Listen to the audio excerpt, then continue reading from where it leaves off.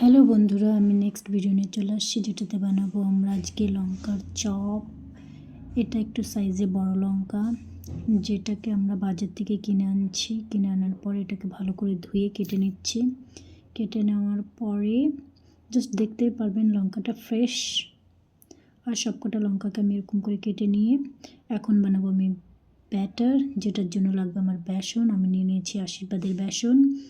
আপনি পরিমাণ মতো বেসন দিবেন এর মধ্যে। তারপর স্বাদ অনুসারে লঙ্কার গুঁড়ো, একটু হলুদ গুঁড়ো, একটু লবণ, একটু কালো জিরে।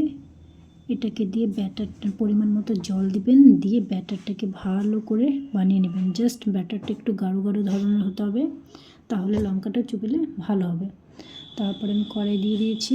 কড়াই দেওয়ার পরে ওর মধ্যে একটু তেল দিয়ে দিলাম, পরিমাণ মতো তেল, যতটা আপনার লাগবে ততটা দিতে পারেন, কোনো অসুবিধা নেই।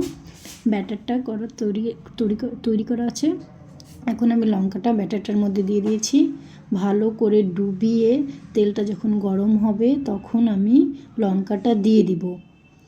এই লঙ্কাটা দিয়ে দিলাম, তারপর দেখতেই পাচ্ছেন।